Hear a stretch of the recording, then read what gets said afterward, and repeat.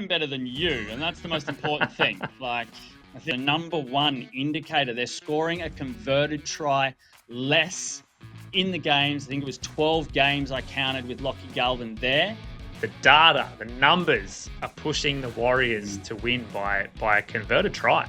Reece Walsh will push it too hard, he'll make mistakes, and Brisbane will fall apart.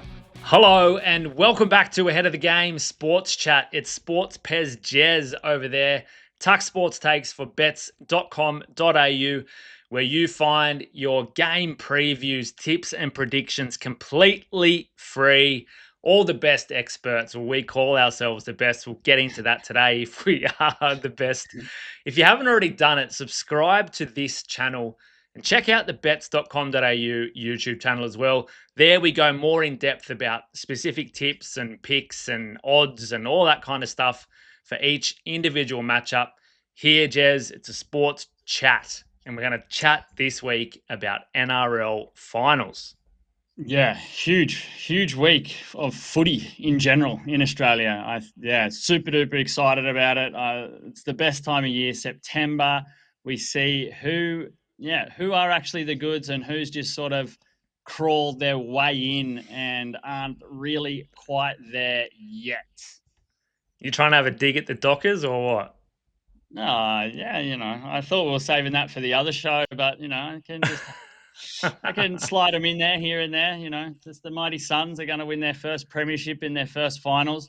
Then I think what they'll do is just stop playing completely and just do that little brother act where you just win once and then bail out of the comp. Yeah. All right, so before we get into week one of the finals, let's just have a quick look back at round 27. And I'll put the question here, are we any good at tipping?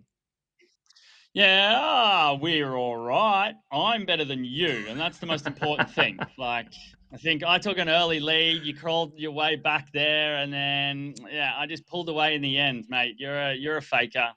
I make shit happen. I make the right tips. Yeah, it was a poor tip from me taking the Bulldogs last week. We'll get into them a little bit later as well. But the Roosters, a pretty big statement win. The Knights, man, what are the Knights? We just hope the best for that team, that it's at least not a team that's that shit in the NRL going forward. Yeah, do you think Dylan Brown is pumped that he's moving Para, who look like they're on the rise? They put 50 on Newcastle. Dylan Brown scores the first try, and then he's got to just stay in Newcastle. It's tough. And also the old trend that if your team gets 50 plus put on you during the season and you can't win the comp, Canberra got it. They go out in straight sets now, or what? Is that how it's going to be? Old Sticky Ricky might have made the wrong call not to hold momentum going into the finals with his young team. Was a big call, I think. Did we discuss it actually like live last week where we weren't too sure if that was smart for just the Raiders team. Like, we think definitely a team that is high on confidence and has built confidence throughout the year. Maybe it wasn't so good to take that psychological loss, but they had 11 players out or something crazy as well. So I don't know. Well, you've seen how much you read into it. The years prior that Melbourne had done it and gone in and lost the first week of the finals, and now they rested instead 2 weeks out. But then the major storyline obviously coming out of round 27, Jerome Hughes breaking his arm or his wrist, gone. Ryan Pappenhausen, concussion protocols, will miss week one of the finals. Mate, it's just Storm can't catch a break. Yeah, no, they've done it really tough. And I don't know, like there's so many people that are against, I guess, this whole resting your players thing, but you actually saw what can happen if you don't. It's put the Storm in a very vulnerable position. Maybe not this week, but long into the finals. Without Jerome Hughes, things could be tough when it gets to the pointy end. You want the Dally M player of the year, or say last year, in your side when you're trying to win the comp. Yeah. All right. Week one, finals preview. We're going to switch up the structures a little bit this week. We're going to go game by game, hit all four of them.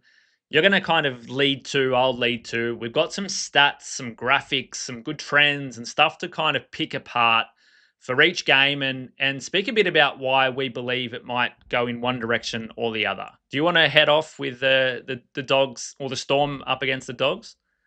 Yeah, absolutely. Obviously, Friday night's game, it kicks off the 2025 NRL Finals. And yeah, we just discussed with the Storm, they've got their backs against the wall a little bit without Jerome Hughes and then even Pappenhausen.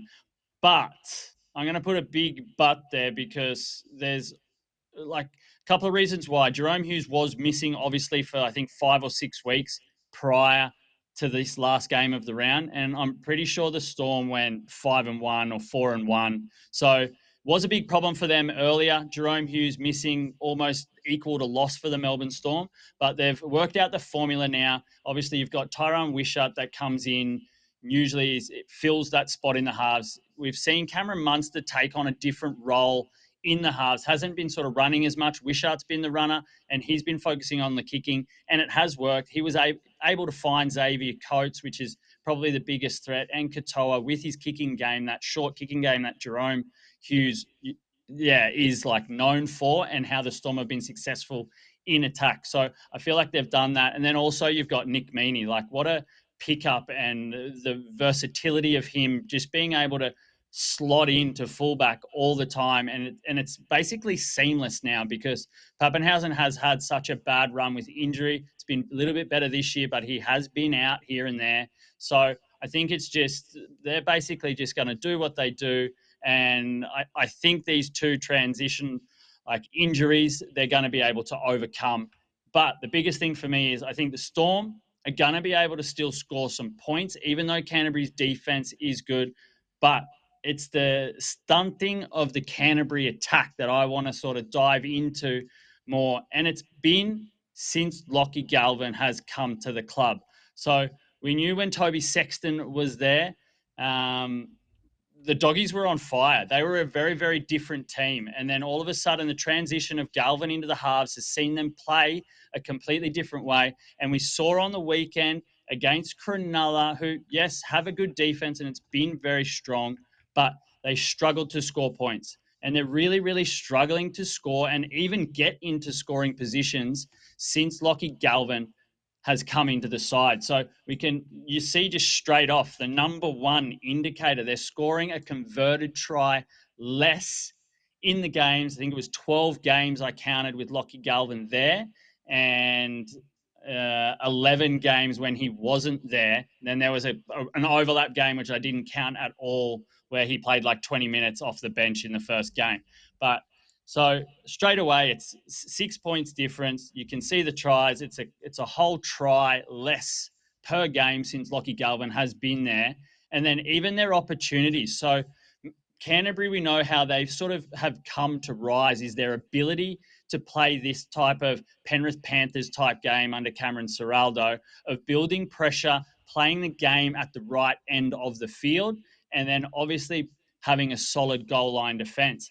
But they're even struggling with Galvin in the side to create as much attacking pressure with average tackles inside opposition 20. So playing in the opposition red zone, it's also 6 tackles per game, so a full set less inside the red zone of their opposition.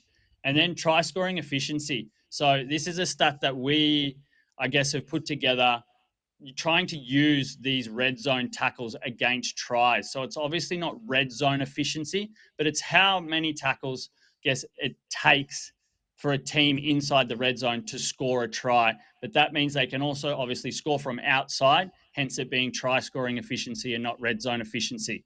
So it's taking them, a tackle more with Lockie Galvin to score a try. So, but there was a really large difference. I'm pretty sure, the actual tries was 40 to 47 with and without Lockie Galvin this year, but playing one less game. So they're struggling to score tries. They're struggling to score points. They're struggling to build pressure.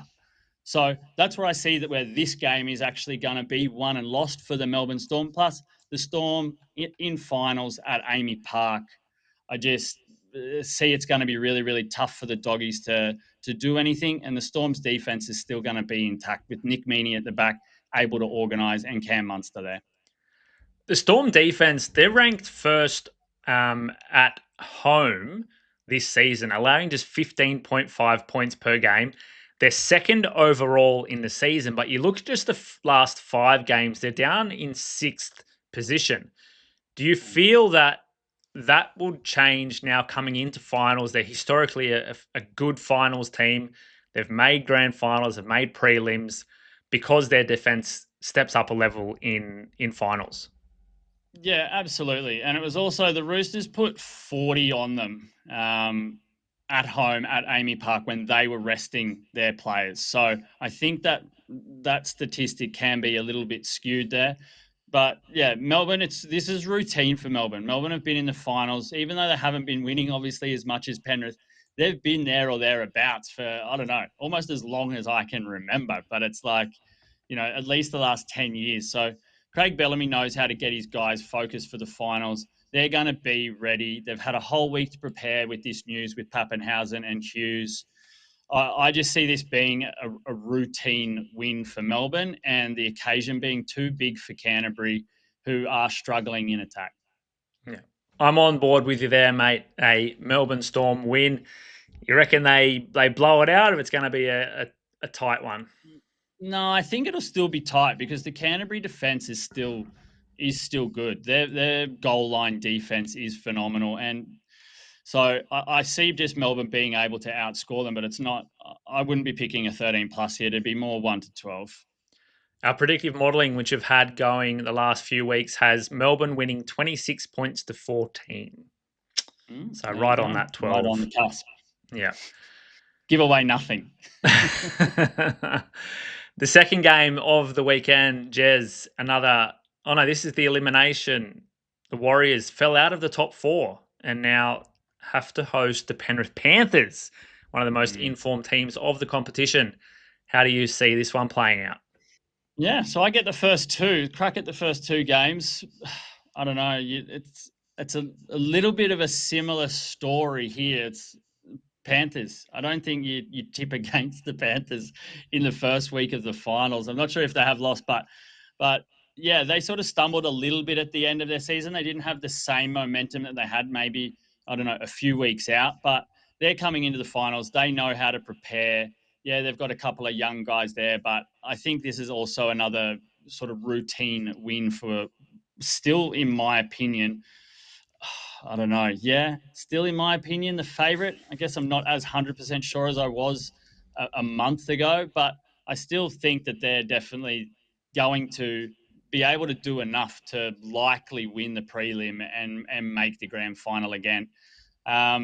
Yeah, so the storyline here is the Panthers' defense and the Warriors' attack. I think we've talked about it over and over again on this pod, really, about what happened to the Warriors' attack when Metcalf went out. They haven't been able to find their form. You can see these comparative stats here. The Warriors attack 12th in the league against the Panthers defense, which is what sort of changed the whole Panthers season, didn't it? Like, yeah, they definitely were struggling. It felt like people had the code. The other opposition had the code to their defense. But then they've changed it. They just went in and swapped it from 0-0-0-0 to, I don't know, 8-3-7-5 instead on the lock because nobody knew how to break it again. They were back to the old Penrith Panthers. Haven't been scoring as much, but their defense has been absolutely solid. Their goal line defense has been solid. But we really just sort of see the difference here in a lot of stats, line breaks, even holding possession. I think try scoring efficiency is a real interesting one here because the Warriors have still been able to find ways to create pressure. They just haven't been able to score. So, yeah, I think this is going to be where the game is really won and lost for them. I think if Penrith do what they do and win the possession and territory against the Warriors, the Warriors aren't going to have enough chances to be able to put on points against the Penrith Panthers. So, and then obviously the Panthers are the Panthers. When they get down that end, I think they're going to be able to take advantage of their chances. Cleary's going to be too good, and they'll score when they get a crack at it. I think the real interesting one here that I threw in that wasn't defense and attack is versus top 8 teams. The Panthers actually lost a couple of golden point games in the lead up to the finals. which have sort of skewed this result or skewed it. They still lost, but they lost by 1. Where the Warriors have absolutely struggled against the top teams in the comp. So, yeah, I think this one's also pretty clear cut. I think if you're just taking money line bets and going on who wins and tipping, as we are here, definitely taking the Penrith Panthers. Where do you see this game, won or lost? Mate, I agree with you. It's the Warriors' ability to score points against a elite Panthers defense, and I just unfortunately don't think they have what it takes. Interestingly, though, the predictive modeling has the Warriors winning 22 points to 16. And I have trouble kind of seeing that's based on this year's results. If you go back, including the last 2 years, it's dead even at 19 points each. You go back the last 3 years, and the Panthers are up 19 to 18. So, despite us worrying about the Warriors' attack, the data, the numbers are pushing the Warriors to win by a converted try, which is extremely surprising for me looking at these stats that we had up just now. Yeah, I've just sort of thrown up our trends data here. And I think, like, when you look at it, say the last 5 games, they pumped St. George 40 to 20. But in those 3 losses against these top 8 sides, they scored 18, 16, and then they only scored 4 against Canterbury. But that was when they didn't have any of their players in. So I think it's an interesting number that they're struggling to put up points against top teams in the comp, because I think you go after those games, the next game that they played against the top 8 side was Canterbury. They only scored 8 points there in an 8-6 win. So I think coming up against good competition, they appear to still be struggling to score. So this might be a game, if the Warriors are going to steal it, they're going to have to be on top of their game defensively, because they're also going to struggle to score points. So could see a pretty good play on an under a really low scoring matchup here. A couple of stats I'm going to pull now from the NRL cheat sheet, which you're going to find over at bets.com.au in the game preview here. The Panthers won the most recent game 28 to 18. It was in New Zealand back in June. The Warriors have only won one of the last 5 against the Panthers, and it was in 2024, and it was at Suncorp. So it must have been Magic Round, I would assume. You go down as well to games played in this time slot on a Saturday at 4 p.m. or 5 past 4. Panthers are 13 and 2. 13 and 2. The Warriors 16 and 26 with 1 draw. So not a good spot for the Warriors in this one. Now, Jez, while we're on trends and stats and all that kind of stuff, I had a bit of a play this morning and I looked at all the stuff that we got and I pulled these ones out.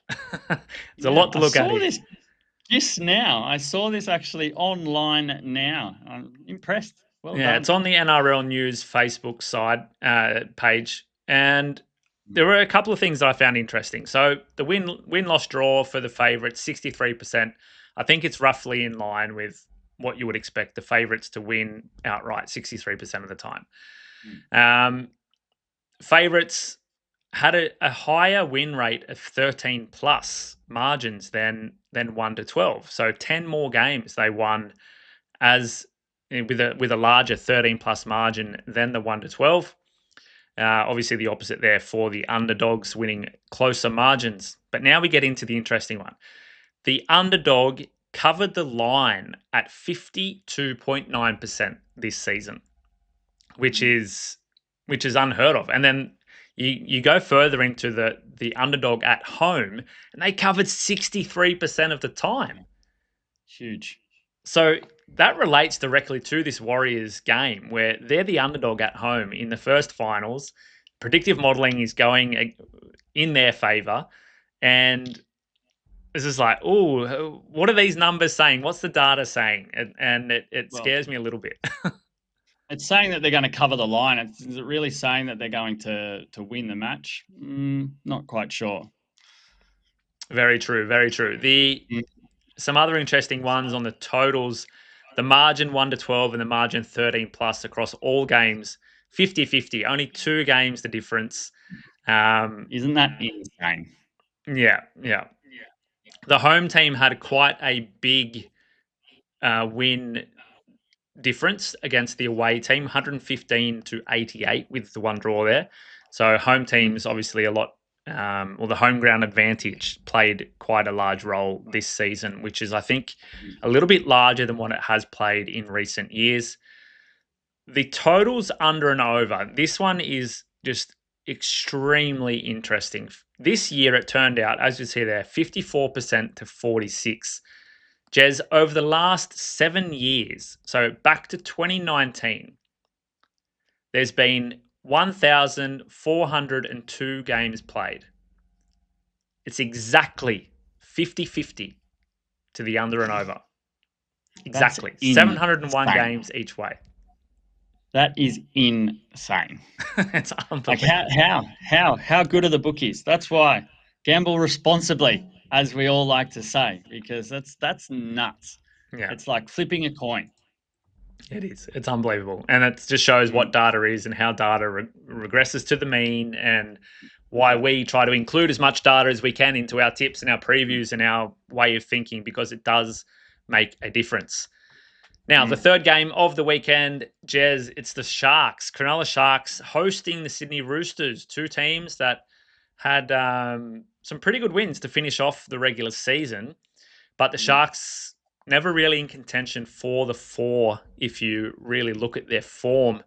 They're going to host the Roosters, and they've been a pretty good home team this season. They're the second best ranked home team, 10 wins and 2 losses only at Shark Park.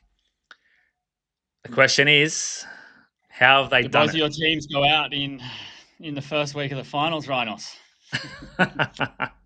Nah.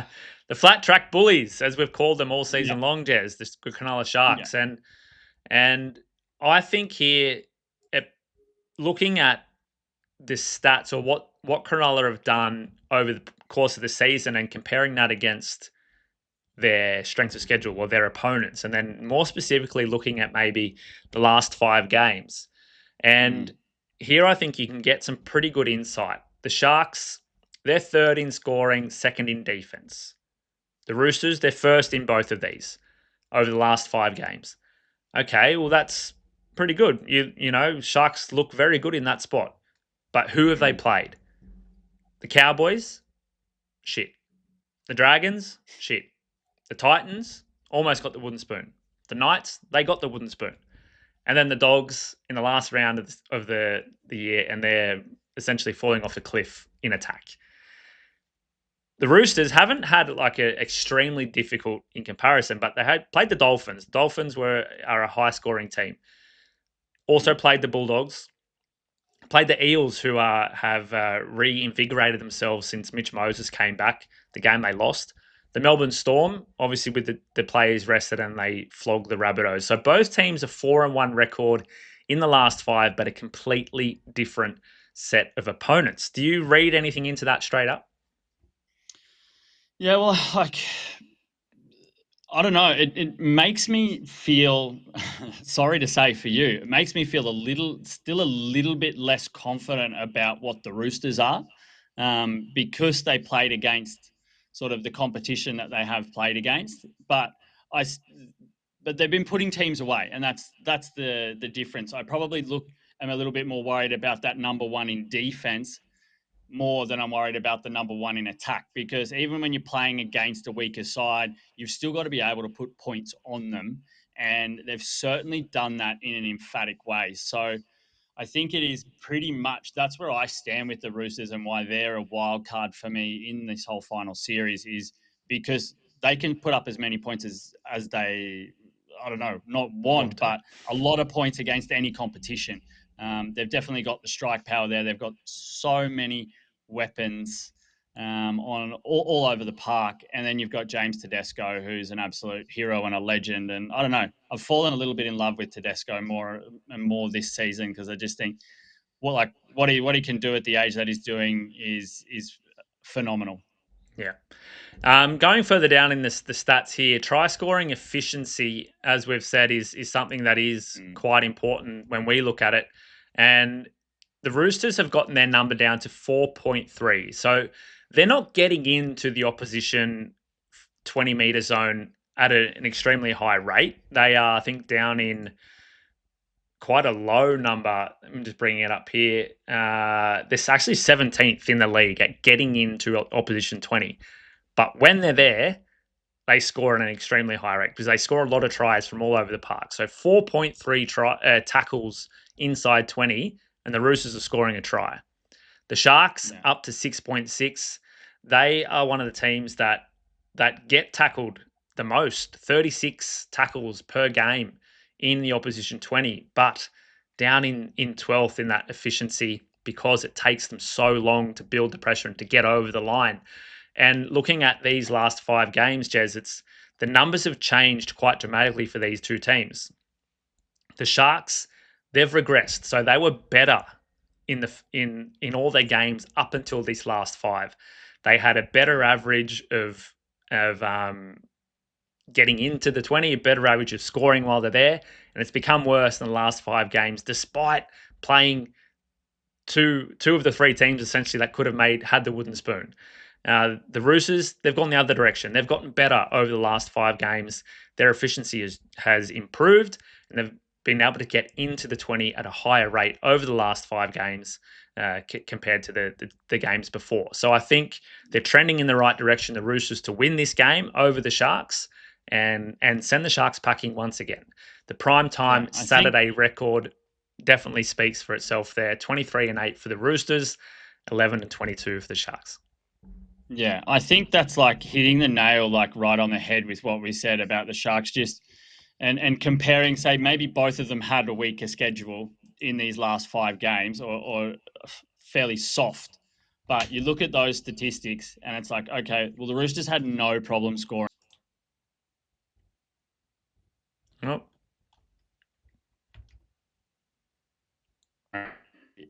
Have their opportunities. So you broke up there.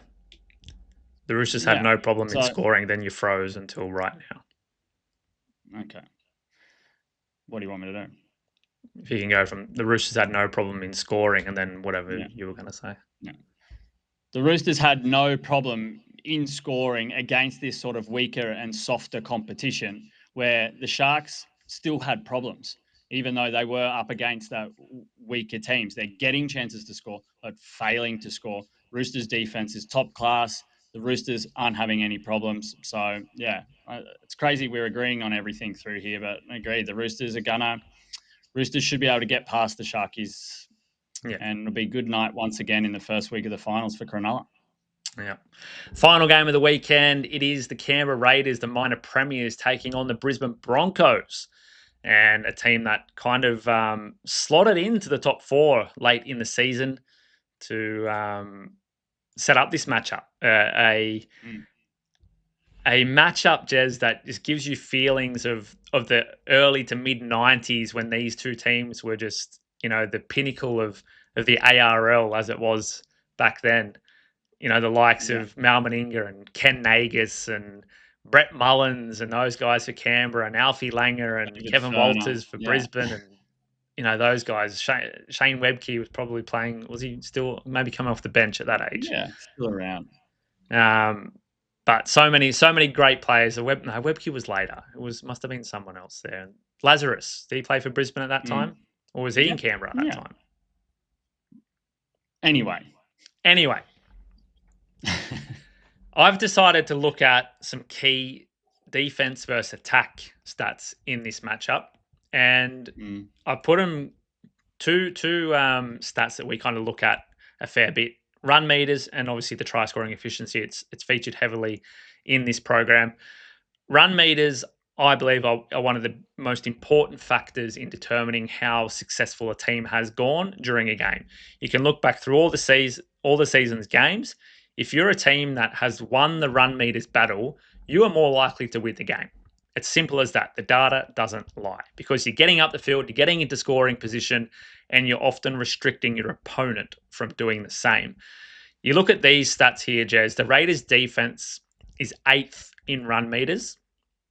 The Broncos' attack is 12th. So two teams that aren't extremely, good in that matchup. The Raiders allowing teams to run through them a little bit at that average rate, a little bit below average, while the Broncos struggle when, especially if Payne Haas is out of the team, struggling to make those meters up the field consistently. Now, there are some things that could play into this. Okay, are they turning over their opponents turning over the ball in good field position, which means they have to run less? Are they a great defensive team, not letting their opposition out of their own half, so they're getting their ball on their 30 instead of on their 10, so not having to run as much? A lot of stuff to take into account here, but the stats are what they are, the rankings are what they are. You go to the opposite, the Raiders attack 3rd in run meters. They're big forwards and they're offloads, Jez. They're getting up the field because they can run, and they just keep on running through the middle. The Broncos defense 3rd. You wouldn't have thought the Broncos defense would be 3rd in run meters, considering how poor they were during these kind of every other week in the start of the season when they were getting blown out by opponents. Just on these run meters, the run meters battle between the attack and the defense of both teams, do you see anything that really sticks out? I think with Brisbane, it's their defensive ability with Huss and Carrigan that are headlining that, and maybe that's also why they've sort of been struggling, I guess, to move the ball forward. Those guys are taking a pretty heavy load when it comes to defense, and then they're moving the ball in different ways. I think we also found with Brisbane, I don't know, just sort of off the top of my head is they haven't been as explosive, Brisbane, as maybe they would have been. So they're not getting these sort of explosive long range line breaks and things like that, which are obviously going to help with the run meters. I think they've been sort of just working through the middle a little bit more. So that's sort of where I see it. But I like with the Raiders, I think that's where they've actually overcome their opposition, is their ability to move the ball forward, play in the right area. I'm also off the top of my head, I believe that they're still quite strong in territory as well. So because they've been playing that game, and it has a lot to do with how they're able to move the ball up the field. And you've also got some explosive weapons in the likes of Kyle Weeks that are busting and getting sort of free run meters there with some really explosive plays from their own end. So yeah, that's sort of where I see it. But it is a really, really juicy match up, this one. Definitely for me the match of the weekend, because I think it can go two very, very different ways, and it is going to be who wins this battle in the middle of the field and wins this territory battle.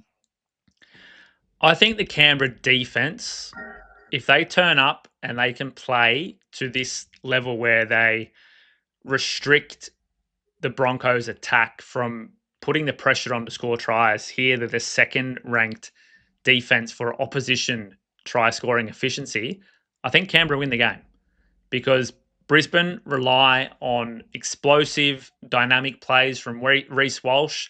If Canberra can force them into making mistakes because they get impatient, which we know Reece Walsh does, we know it happens. We've seen it in multiple games this season. If Canberra can just hold that try line defense like we've seen them do, Reece Walsh will push it too hard. He'll make mistakes, and Brisbane will fall apart. Still no Adam Reynolds, still no Ezra Mam. Ben Hunt and Billy Walters will be running the side, with Reece Walsh having a major role in the attack. I think Canberra's defense wins this game. Yeah. And I think you can't go past the fact that this is played at GIO on a Sunday afternoon. I think that's the best time slot for Canberra. And it's no mistake that Ricky Stewart was having his sort of blurb earlier in the week about making sure that Canberra had the right amount of time and a fair amount of time for them to be able to rest, because he wants this game on a Sunday afternoon in Canberra where Canberra can dominate. They played earlier this year at GIO Stadium, and Canberra walked away 32-22 winners in that match. They've won 2 of their last 3 against Brisbane at GIO.